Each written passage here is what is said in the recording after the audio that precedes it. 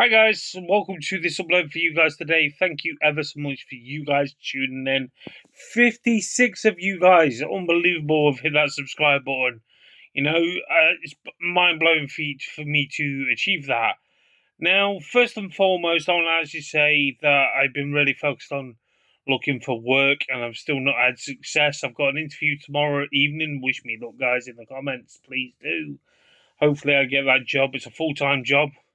Tell you one thing, I've been spending near enough 12 hours each day of the week. I've been grinding and grinding and grinding, looking for work, and it's been a mind numbing experience still.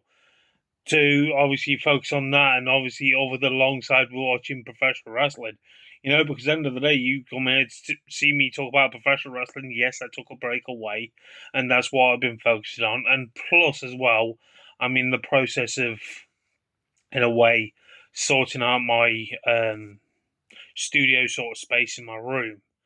Downsizing that big chunky desk that I've actually got my PC on at the moment, and it's really, really hogging a lot of space. Plus, as well, moving the bed around and so on. So, obviously, I'll give you a room tour at one point in the near distant future, because at the end of the day, people love room tours here on YouTube, and at the moment, my room's really basic compared to some, But one day I will give you a room tour. I know I gave you a behind the scenes look when I did my vlog when I went to Forbidden Door. That's at the very start, so check that out on my vlog channel. Please do, have I not? That's got over 400 people tuned into that, and I'm blown away with that. And now we're on the road to Wrestle Dream this coming Saturday, which I'm really looking forward to watching. I just want to say this. It's been a monumental weekend towards professional wrestling. I'll be honest with you, right? Even though I don't watch the product, I enjoy talking about the product. I do that on my TikTok page, so give that a follow. It's over on my link tree down below. But I just want to say this, that I watched one match in particular from Bound for Glory.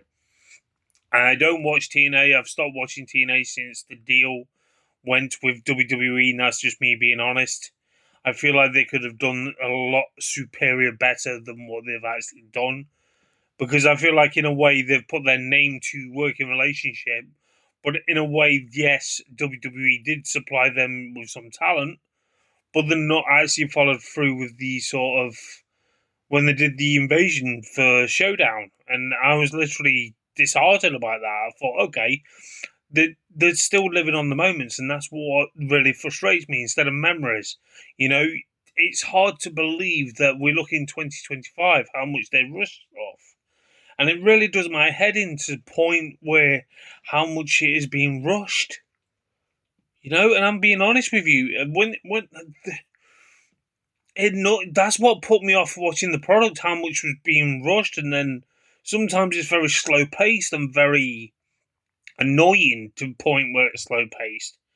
And then when you do this, what you've done because Seth Rollins injured again, you break up the vision. Everyone's doing. I've seen people do reaction videos. I saw it sort of coming. But when, that was the question.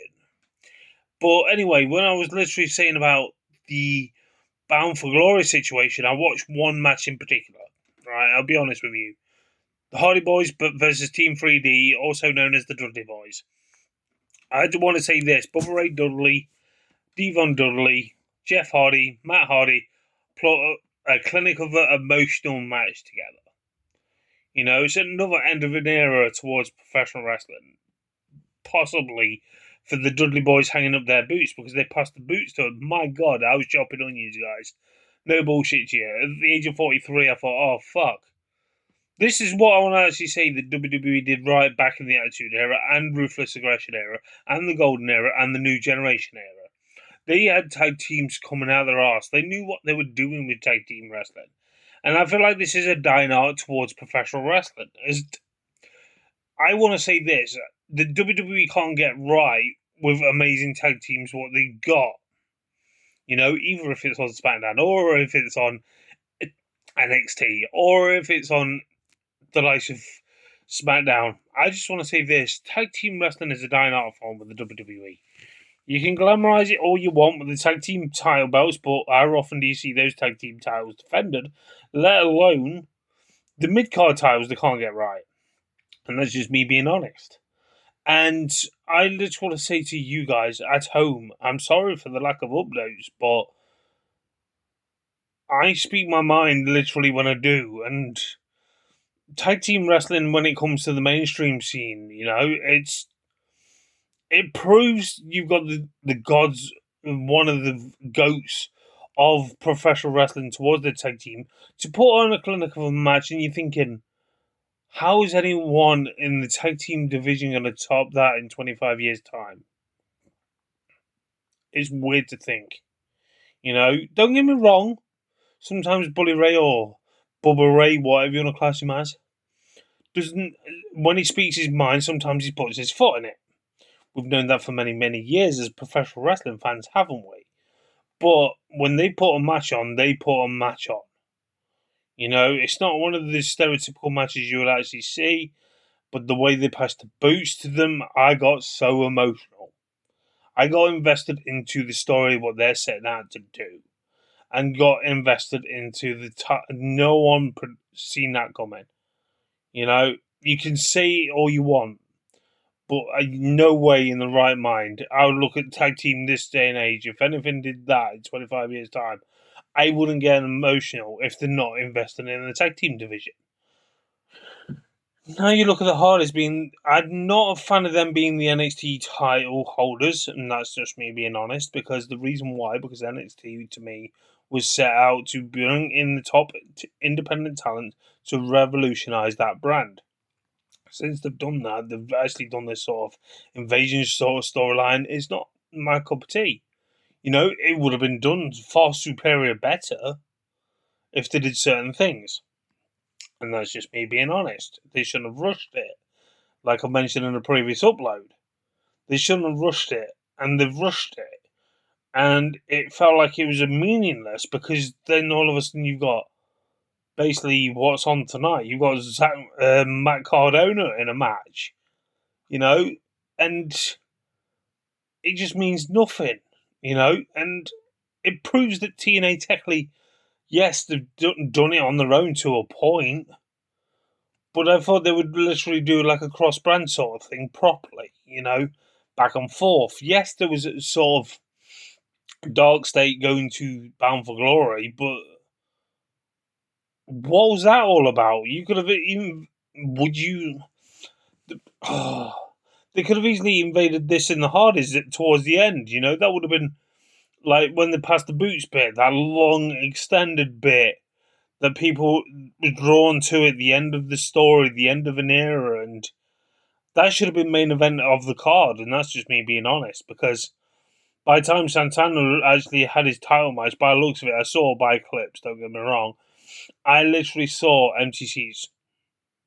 That proves they only came for the Hardys. They could have done it the other way around. They literally could have done that, and that's just me being honest. And that's hard towards Santana. He's worked hard to be a singles competitor. He's normally in a tag team like for numerous of years, and then he's literally doing that.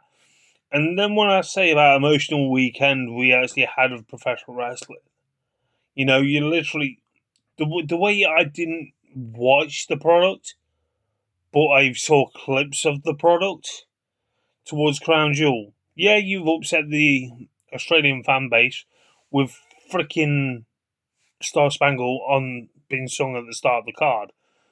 Like you upset the Australian fan base, but you literally made it a murder roller coaster to say you only have 5 matches. Yeah, people may have said Cody in versus Seth Rollins was good, but everyone's talking about AJ Styles versus John Cena.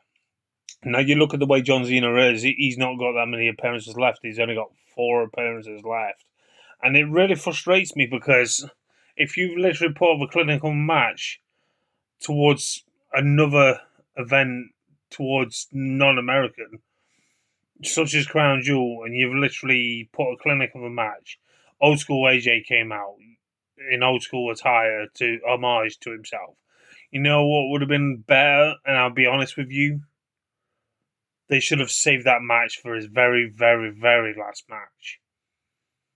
And that's just me being honest. Because I look at that match, I know it sounds daft, right? If they're planning to do what I think they're going to do, they're probably going to give John Cena his dues towards being the Grand Slam champion on his last couple of matches. If he's facing Dominic Mysterio and takes that title away from Dominic Mysterio, that's fine. I don't mind that. I felt like you could have done that at Crown Jewel. And then let Cena have a little run with it, and then have him versus AJ Styles at his very last match at Saturday Night Main Event. So AJ is like sort of saying thank you, AJ, to have that accolade, and then start of AJ's retirement tour. Because at the end of the day, I feel like it's going to be hard for WWE to top what they've actually done. To say they put a clinic of a PLE on in Australia, next one Survivor Series, and people dubbing Crown Jewel as the PLE of the year. That is mad. That is a mad achievement to do that with the card they actually had. It's a bold statement for many, many fans, and this is me looking in and I'm thinking, how are you going to top that for what you've actually done? It's just it's mental to think that in December John Cena retires.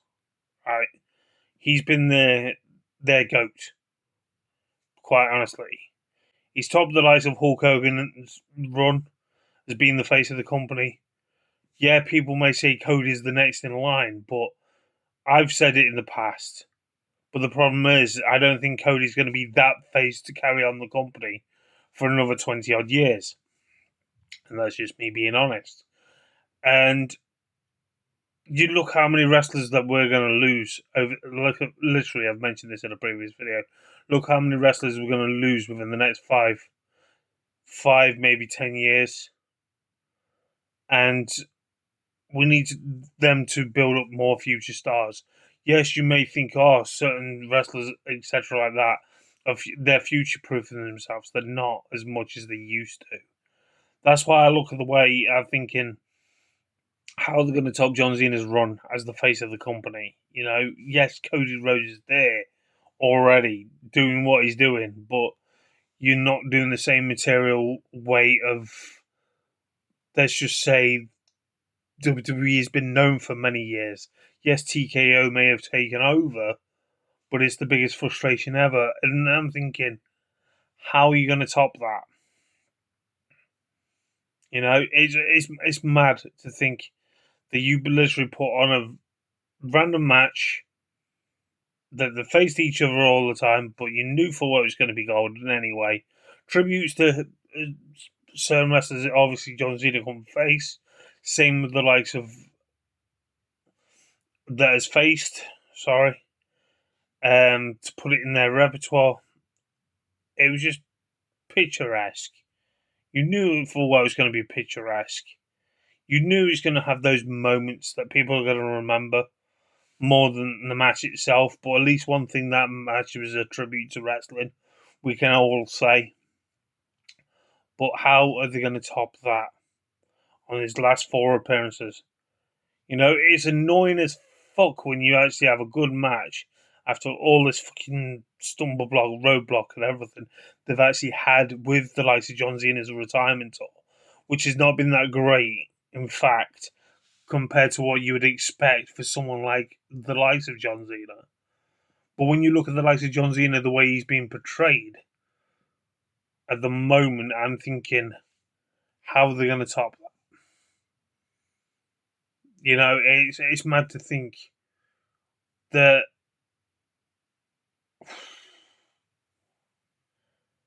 does make you emotional and frustrated as a wrestling fan to literally feel that way towards the way they're going, the way they're doing things, the way they're frustrated. It's really, really frustrating me as a wrestling fan. That's why I stopped watching the product. Not because of John Cena's final run, no. Don't think of it that way. Right? I just want to say this to you guys at home, and I'm being honest with every single one of you guys. right? I stopped watching the product because I lost my passion towards that company. Because they're making moments, but they're not making memories. You literally.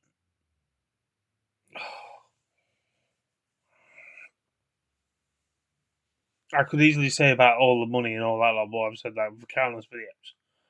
You know, they rush things far superior, far too quick.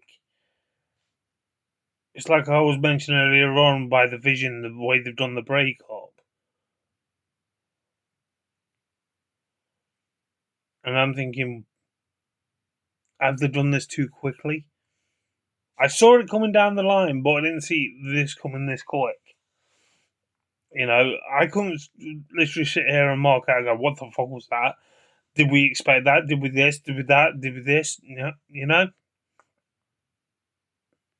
I saw it coming, but when was the question. How are they going to do this? Why they're doing this? Is there going to be a massive swerve that you've actually got CM Punk involved? Because you got like Paul, because Seth's out legitimately injured, or is he? Are they going to write CM Punk as the new leader of the Vision? Well, CM Punk's out because he was all behind them attacking Seth Rollins. Only time will tell, guys. Only time will tell. But I tell you one thing, and I tell you, whilst I'm talking about professional wrestling, Taneshka put a clinic of a match to win against Zack Sabre Jr. Unbelievable match on New Japan. I watched that match because of that match, and it was obviously Gabe Kidd's match. I'm not going to butcher his opponent's name, but that's the only reason why I watched those two matches, because I found them on YouTube. But still, Wrestle Dreams this Saturday. I'm really looking forward to it. I love the build up towards Jon Moxley and Darby Allin attacking Jon Moxley at New York WrestleCon. The press conference. Oh, was it not press conference? Where am I going? With the Q&A session, stuff like that. And I feel like stuff like that is golden, making it feel more realistic. And how much are they going to push the boundaries on this sort of style? But the one thing that I noticed was Matt Cardona on Bound for Glory's card. I think I saw a clip of it. I'm not 100% sure. With a cheese grater over his head, and he was bleeding everywhere. No one buttered an eyelid. But that's what I mean. It's like, if you're going to criticize that, if you're going to criticize what other companies are doing, criticize what other companies are doing, that's fine. But don't come. All I can say is I've got a feeling this match is not going to be fair of heart. But all I can say is Wrestle Dream. I'm really looking forward to watching from top to bottom on that card. Jesus Christ. Unbelievable card coming up for us this coming Saturday. I cannot wait. But that's just my quick thoughts and opinions. I hope to be back properly talking about professional wrestling. But until next time, catch you guys later.